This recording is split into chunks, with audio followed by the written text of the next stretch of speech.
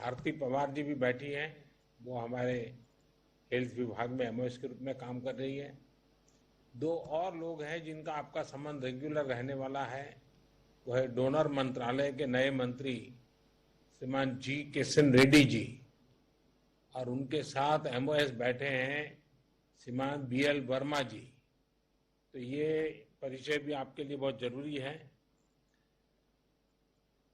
साथियों, कोरोना से north east में आप सभी किस प्रकार से कुछ इनोवेटिव आइडियाज के साथ इससे निपटने के लिए जो मेहनत कर रहे हैं, आपने जो योजनाएं बनाई हैं, जो साकार किया है, उसका विस्तार से आपने वर्णन किया। आप लोग और एक प्रकार से पूरा देश और विशेष करके हमारे हेल्थ वर्कर्स, हर किसी ने अपनी अपनी जिम्मेवारी निभाने के लिए गत 1.5 साल से लगातार परिश्रम किया है। नॉर्थ ईस्ट की भौगोलिक चुनौतियों के बावजूद टेस्टिंग और ट्रीटमेंट से लेकर वैक्सीनेशन का इंफ्रास्ट्रक्चर तैयार किया गया है। और विशेष रूप से आज मैंने देखा कि आपने जिस प्रकार से, ठीक है 4 राज्यों को भी इंप्रूव करना बाकी है, लेकिन बाकियों ने बड़ी सेंसिटिविटी के साथ वेस्टेज को बहुत बड़ी मात्रा में रोका। इतना ही नहीं, आपने हर वायरल में से मैक्सिमम यूटिलिटी का भी काम किया और एक प्रकार से आपने प्लस प्रयास किया। तो मैं आपके इस प्रयास को, और खास करके जो हमारे मेडिकल फील्ड के लोग हैं जिन्होंने ये कुशलता दिखाई है, मैं उस टीम को बहुत बधाई देता हूं, क्योंकि वैक्सीनेशन में वैक्सीन का इतना महत्व है और उसको इस प्रकार से पूरी तरह सेंसिटिविटी से हैंडल किया है। इसलिए मैं आपके सभी हेल्थ सेक्टर में काम करने वाले साथियों को बधाई देता हूं।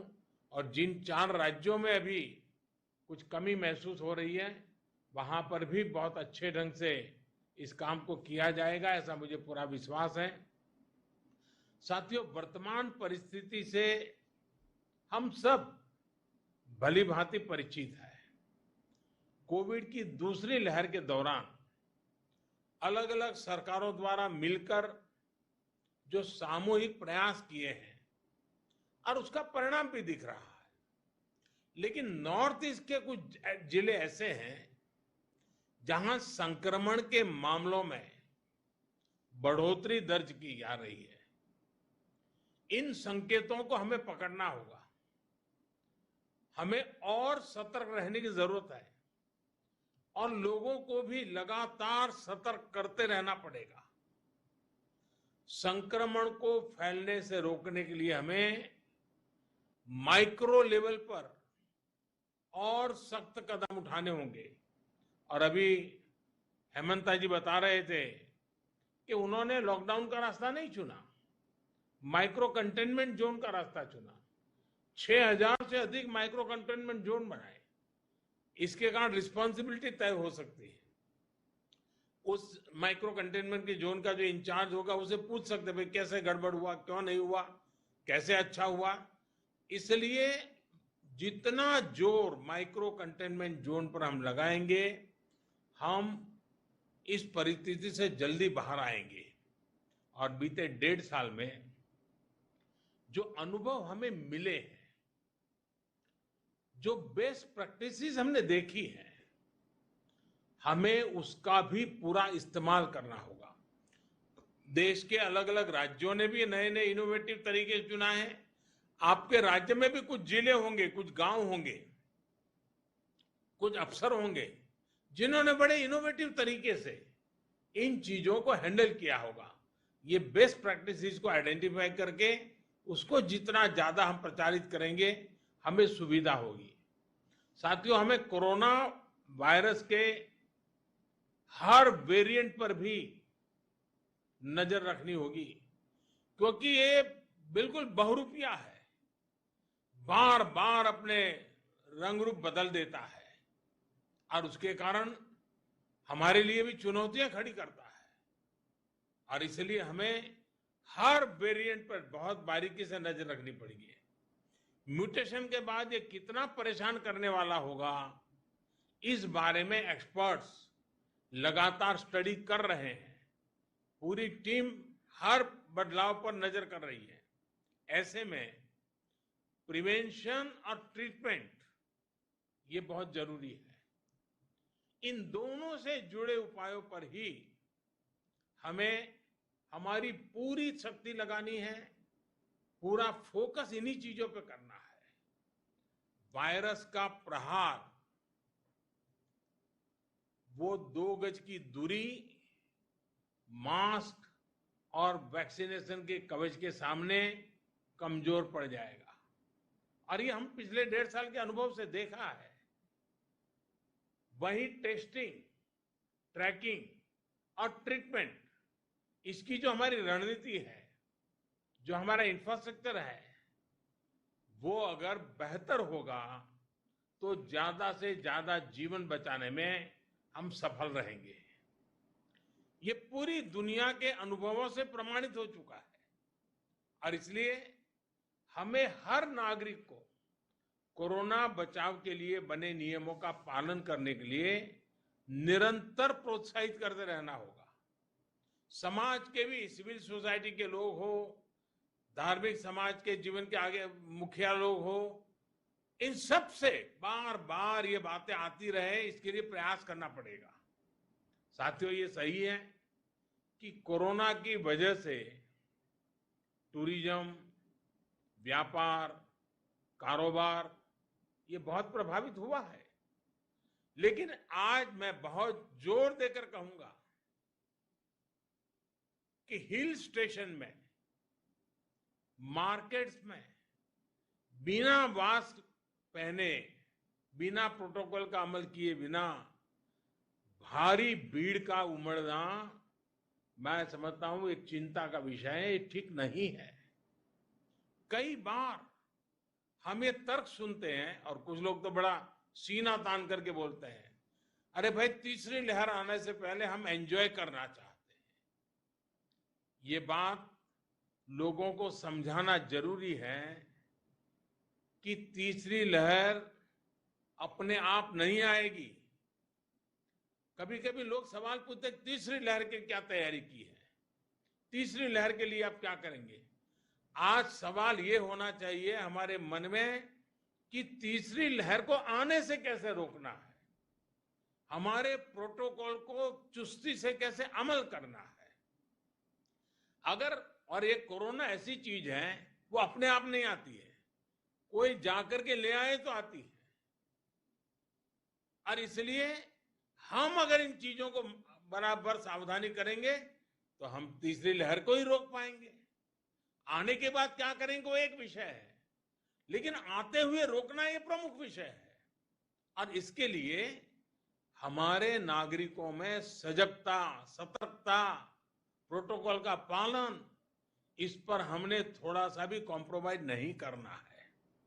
और एक्सपर्ट भी बार बार ये चेतावनी दे रहे हैं कि असावधानी, लापरवाही, भीड़भाड़, ऐसे कारणों से कोरोना संक्रमण में भारी उछाल आ सकता है। और इसलिए ये जरूरी है कि हर स्तर पर हर कदम गंभीरता के साथ उठाए जाए। अधिक भीड़ वाले जो आयोजन रुक सकते हैं, उनको हमें रोकने का प्रयास करना चाहिए। साथियों, केंद्र सरकार द्वारा चलाए जा रहे सबको वैक्सीन, मुफ्त वैक्सीन अभियान की नॉर्थ ईस्ट में भी उतनी ही अहमियत है। तीसरी लहर से मुकाबले के लिए हमें वैक्सीनेशन की प्रक्रिया तेज करते रहना है। हमें वैक्सीनेशन से जुड़े भ्रम को दूर करने के लिए सामाजिक, सांस्कृतिक, धार्मिक, शैक्षणिक जितने भी लोग हैं, जितने भी सेलिब्रिटीज हैं, सबको हमने जोड़ना है। हर एक के मुंह से इस बात को नीचे प्रचारित करना है और लोगों को मोबिलाइज भी करना है। अभी नॉर्थ ईस्ट के कुछ राज्यों में टीकाकरण को लेकर सराहनीय काम हुआ है। मैंने प्रारंभ में भी कहा, जहां कोरोना का संक्रमण फैलने का खतरा ज्यादा है, वहां वैक्सीनेशन पर और भी बल दिया जाए। साथियों, हमें टेस्टिंग और ट्रीटमेंट से जुड़े इंफ्रास्ट्रक्चर में सुधार करते हुए आगे चलना है। इसके लिए हाल ही में कैबिनेट ने 23,000 करोड़ रुपए, भारत सरकार ने 23,000 करोड़ रुपए का एक नया पैकेज भी स्वीकृत किया है। नॉर्थ ईस्ट के हर राज्य को इस पैकेज से अपने हेल्थ इंफ्रास्ट्रक्चर को मजबूत करने में बहुत मदद मिलेगी। इस पैकेज से नॉर्थ ईस्ट में टेस्टिंग, डायग्नोस्टिक, जीनोम सीक्वेंसिंग, इसको बहुत बढ़ावा मिलेगा। जहां केस बढ़ रहे हैं, वहां तुरंत आईसीयू बेड कैपेसिटी बढ़ाने में भी इससे मदद मिलेगी। विशेष रूप से हमें ऑक्सीजन पर पीडियाट्रिक केयर से जुड़े इंफ्रास्ट्रक्चर के निर्माण के लिए तेजी से काम करना होगा।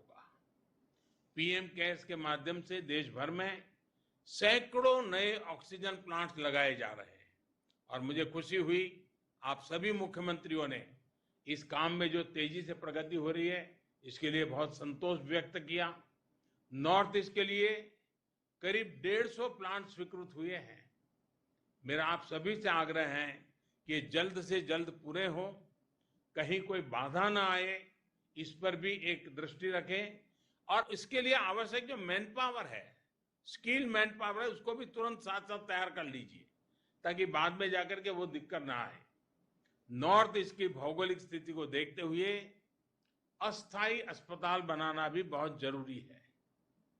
एक और अहम विषय है, जैसे मैंने प्रारंभ में कहा और फिर भी एक मैंने उल्लेख किया, ट्रेन मैन पावर का। जो ऑक्सीजन प्लांट लग रहे हैं, जो आईसीयू वार्ड बन रहे हैं, जो नई मशीनें ब्लॉक स्तर के अस्पतालों तक पहुंचाई जा रही हैं, उनको सुचारू रूप से चलाने के लिए ट्रेन मैन पावर भी आवश्यक है। इससे जुड़ी जो भी मदद आपको चाहिए, केंद्र सरकार वो उपलब्ध कराएगी। साथियों, आज हम पूरे देश में 20 लाख से अधिक टेस्ट प्रतिदिन करने की क्षमता तक पहुंच चुके हैं। नॉर्थ ईस्ट के हर जिले में, विशेष रूप से अधिक प्रभावित जिलों में, टेस्टिंग इंफ्रास्ट्रक्चर को प्राथमिकता के आधार पर बढ़ाना होगा। यही नहीं, रैंडम टेस्टिंग के साथ साथ हम क्लस्टर वाले ब्लॉक में एग्रेसिव टेस्टिंग करें, इसको लेकर भी हमें जरूरी कदम उठाने चाहिए। मुझे पूरा विश्वास है कि हम सबके सामूहिक प्रयासों से, देश की जनता के सहयोग से हम कोरोना संक्रमण को सीमित रखने में जरूर सफल होंगे। मैं फिर एक बार आज विस्तार से नॉर्थ ईस्ट की चर्चा करके बहुत स्पेसिफिक विषयों पर हम चर्चा कर पाए। मुझे विश्वास है कि इन चीजों से आने वाले दिनों में नॉर्थ ईस्ट में जो थोड़ी बढ़ोतरी दिख रही है, उसको तुरंत रोकने में हमारी पूरी टीम काम करेगी और सफलता मिलेगी। एक बार फिर से आप सबका बहुत बहुत धन्यवाद और मेरी आपको बहुत शुभकामनाएं हैं। जल्दी से मेरे नॉर्थ ईस्ट के भाई बहन कोरोना से मुक्ति का आनंद ले। माननीय प्रधानमंत्री जी।